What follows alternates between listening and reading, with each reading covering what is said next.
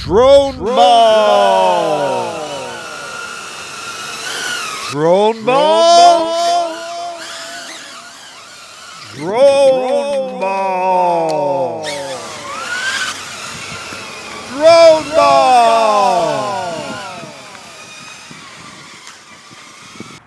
Hey everybody, we're here live at the field with Jason Cole. Jason Cole, you just flew the Sweeper Droneball.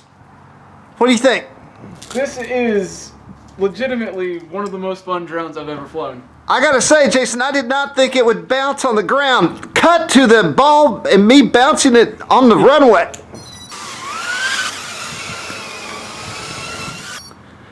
There's something about this cage that just makes it seem harmless, but you're just flying a ball around the sky. It is so fun, and it's got 3 different rates, so you can fly it slow and leisurely, or you can crank it up and really move this thing around. Let's take it out in the sunlight. So when I was trying to block him from going through the goal, I had it on mode 1 because my theory is that you don't want to be super stable. But then I found mode 2 was actually better. Mode 3 was too much because any input was putting me way too sensitive.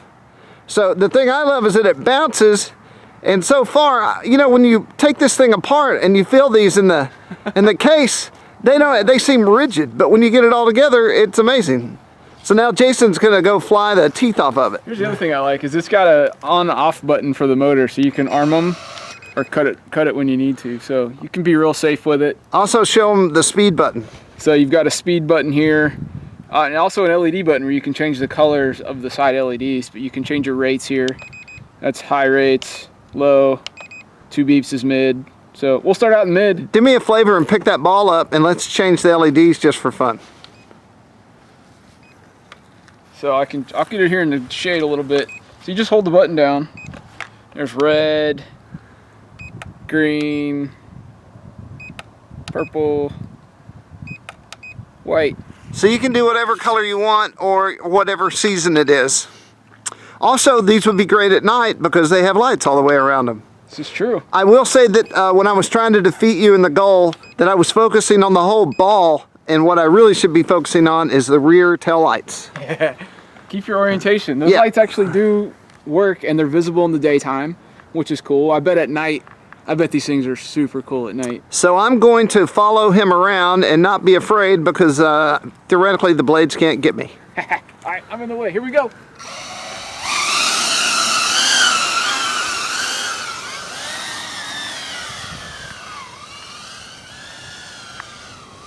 This is mid-rate.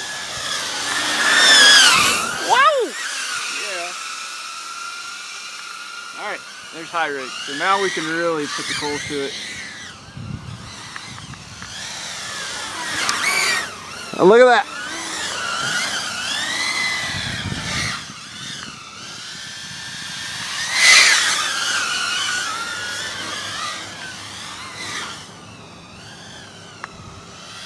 Okay, so how radical a maneuver can you do with this thing?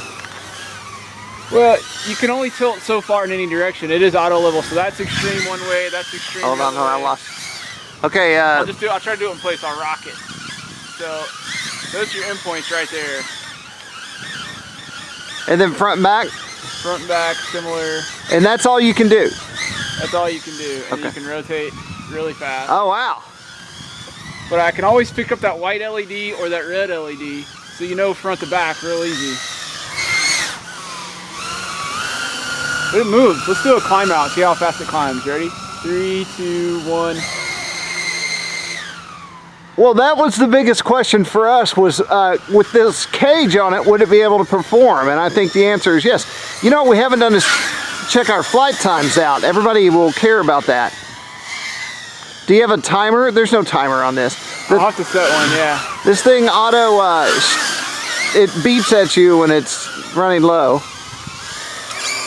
And that's the beauty. Now, Jason, maybe slowly bounce into the camera.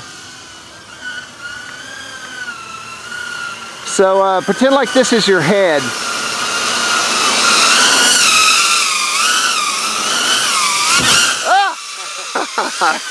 So unnatural. Oh, Lord. Well, I gotta say, we're gonna play around with this some more, but this thing is pretty awesome.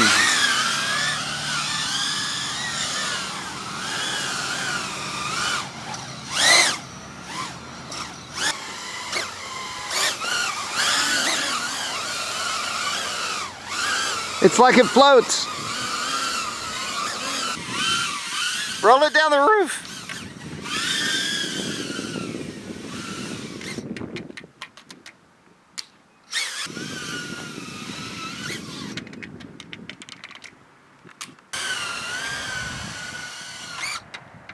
Oh no!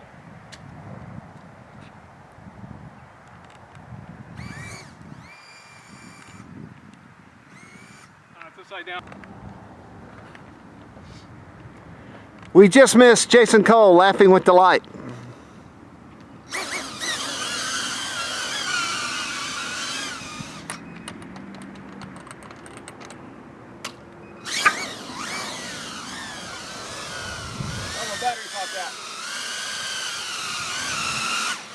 Hey, the battery can never be lost.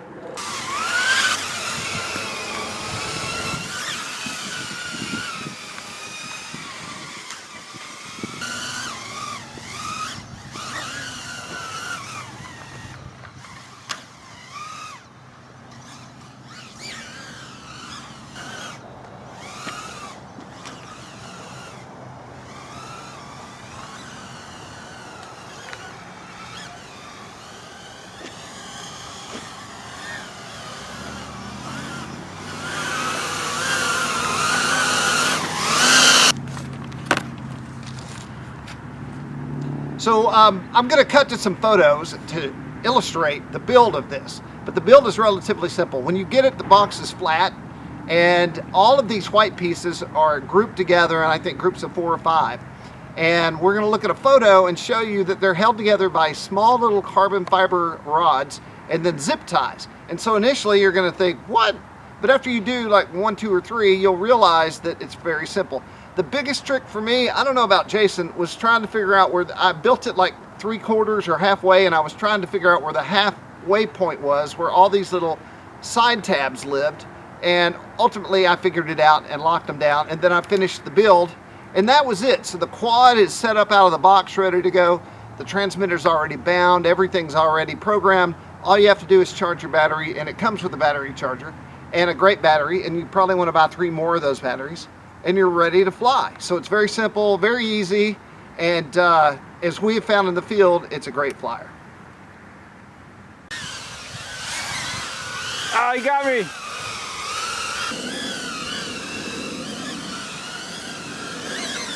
I missed you!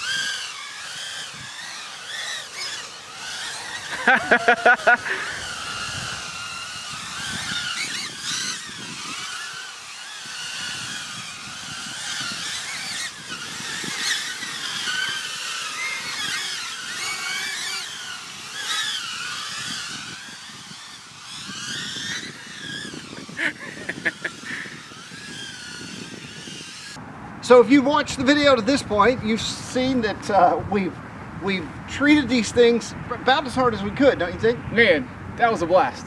So we came out here, we had no expectations. All we knew is that this had a ball around it, and we bounced it on the concrete.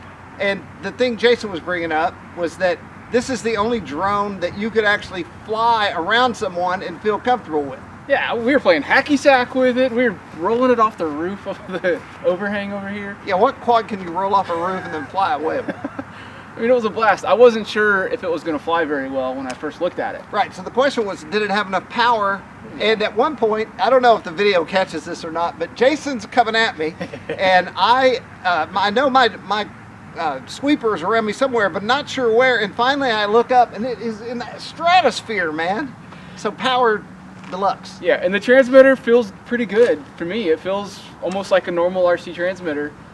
It's got like gamepad style sticks, but it felt fine. So I was able to control it very precisely, put it where I wanted, and it flies great. I mean, it was awesome. For me, I am a finger thumb guy, and you can't fly this controller that way because it's not tall enough because my fingers kept getting in the well. So I went over to thumb, and I will say that I would never looked at the lights, and I'm sure you were watching your lights the whole time. I had to watch the lights constantly. All I watched was which way I was going, and what I might do is there's a plate that comes with this, a black plate, and I put it on the back.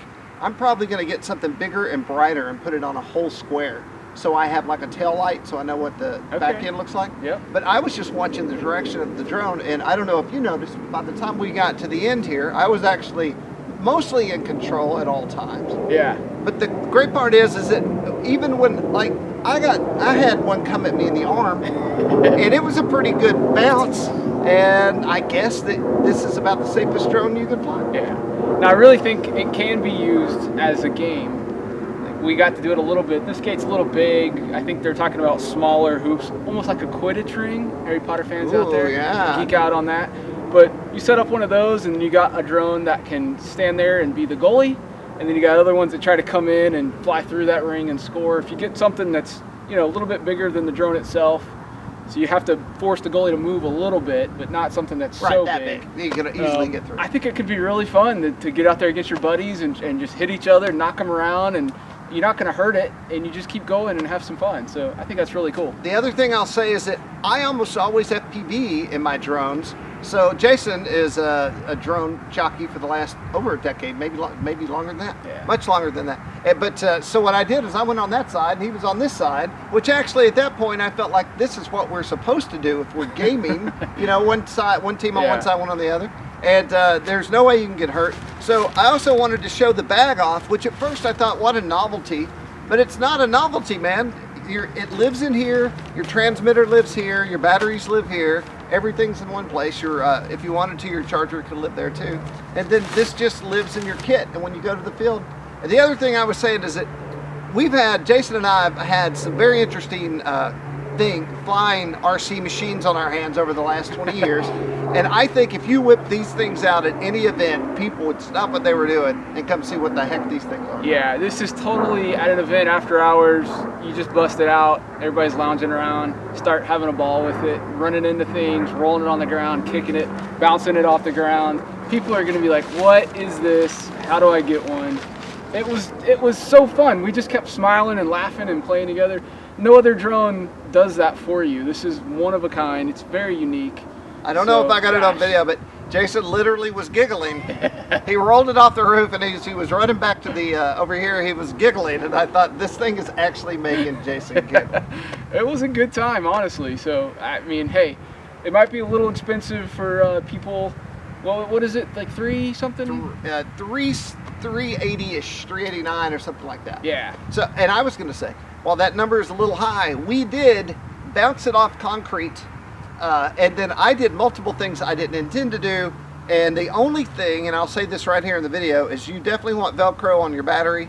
The straps, if you bounce too hard, your battery will come out. Mm-hmm. So definitely Velcro the battery on. But we put it through its paces, and there's not a scratch on. I mean, it looks like it did when it showed up. And for you FPV guys out there, there is provisions for it. There's a mount right on the nose here. The camera's going to be a little bit farther forward than a typical quad, which would have it kind of more centered in between the props. You're going to have a nice, clear, unobstructed view, but it'll allow you to fly FPV in proximity. You can run in the trees. You can kind of get a feel for flying a drone via FPV safely without worrying about hurting anything. It's almost like a big outdoor tiny whoop that you can go outside and really just play with. And once again, it has all the power it needs and then some. Oh yeah, 4S 2200s, a work rate. We were running 1800s to 22s today. And I was running 1300s and 1600s on mine as well. Probably getting 4 to 5 minutes of flight. Estimating. We didn't time it because the transmitter doesn't have a timer on it. But for the review, I'll get in the backyard and fly this thing around and put a timer on it and see what I get.